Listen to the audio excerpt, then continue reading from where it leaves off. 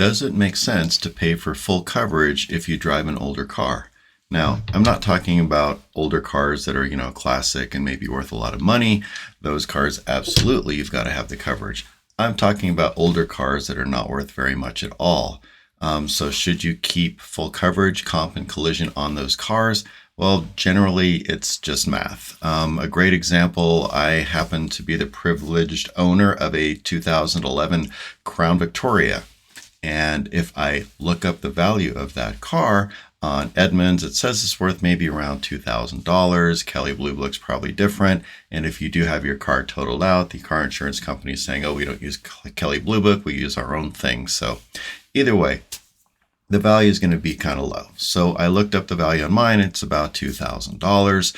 I have a $500 deductible. So what that means is if my car gets totaled out, and it's not the fault of somebody else, it's, a tree falling on it, or I did something dumb, or hail, whatever, what's the auto insurance company going to pay? Well, they're going to say your car's totaled.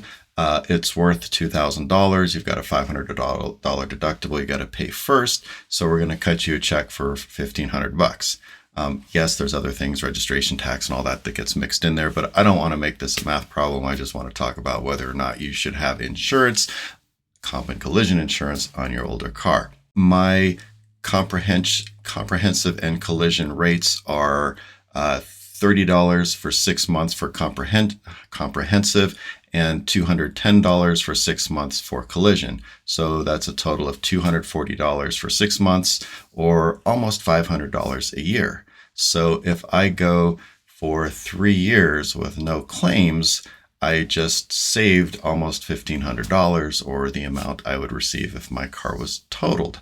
So if you have a car that doesn't have a lot of value and you're paying a lot for insurance, you might think about socking away some money instead of to the insurance company into your own bank account. And then after however many years it takes you to break even, then you may be ahead.